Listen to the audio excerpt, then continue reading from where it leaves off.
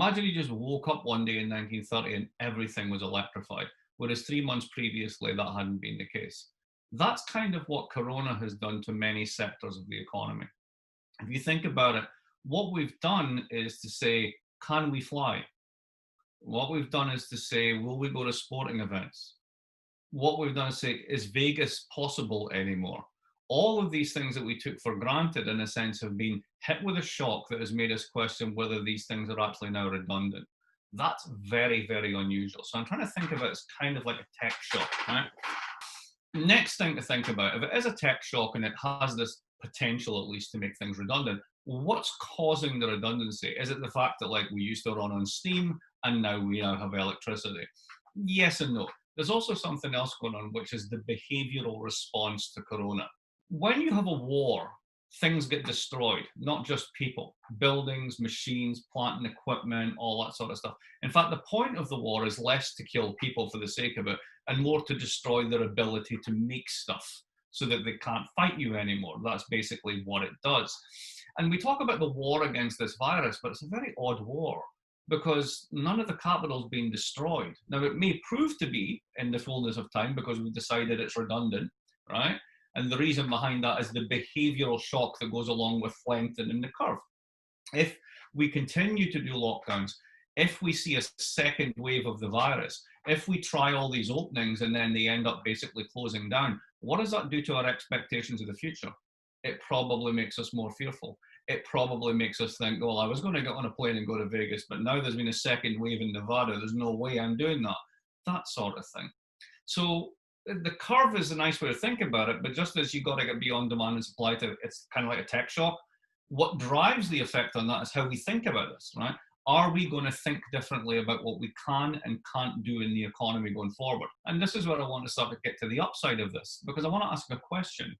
Really? Shouldn't we kind of be having a really good rethink about what we generally do? So both in labor markets and product markets, we've had a lot of these inequalities, these stressors on us, which has produced a lot of polarization and anger.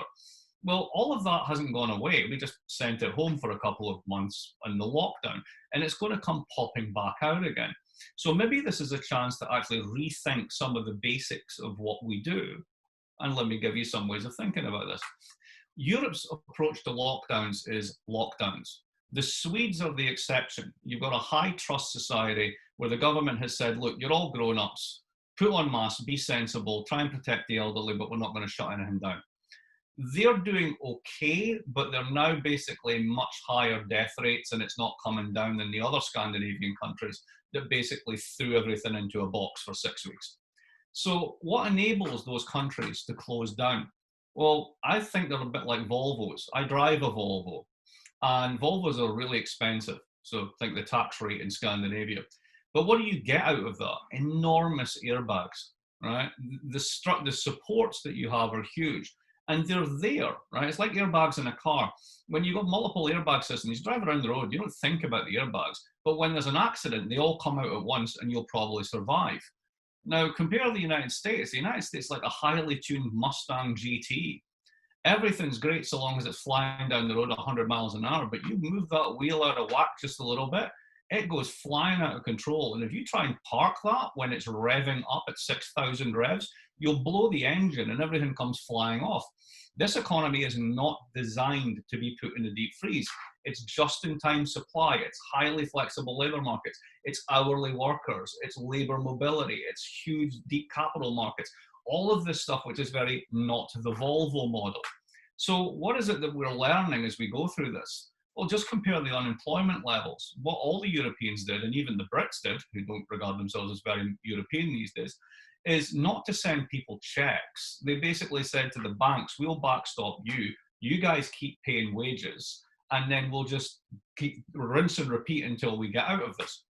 We decided instead to bail out our corporate sector, put a floor under asset prices through the Fed, and then send people checks. Consequently, we're heading towards 20% unemployment. The Europeans, bigger airbags, you could say it's submerged unemployment, but here's the important thing.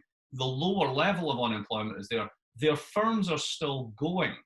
They're not going to have the restart costs. They're not going to have the startup costs. They face the same problem that if behaviors fundamentally change and nobody wants to go out to a cute little restaurant anymore, the capital's dead and needs to be redeployed. But the way that they've approached it has essentially created less damage. Having those bigger airbags matters. So there's an opportunity, I think, for us to think forward from this space about what type of economies do we want? Who are they ultimately meant to serve? And you began to see some of this already with things like the Business Roundtable in 2019 saying that shareholder value is not the only value the corporation should have. They should care about consumers, labor, the environment, etc.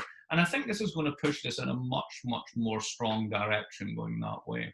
So then to round all this out, what's then the good problem?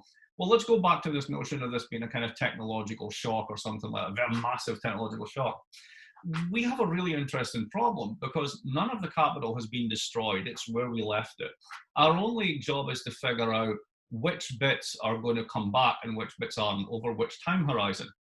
That time horizon is affected by one variable, the behavioral response. The behavioral response, we're going to know what that's going to be thanks to the efforts of Texans and Georgians who are going out there now and reopening the economy. If they get away with it, the behavioral response is pretty minor and we will get out of this pretty quickly. The thing about a Mustang is it's pretty easy to repair. It's not a very sophisticated machine. And once you get the engine going, it goes, right? Volvo is not so good at speed, but maybe better over the long term. Regardless, what we've got is a situation whereby we have to choose now what we can do with this capital because, like I say, it hasn't been destroyed. It's all still there. But what do we do with it?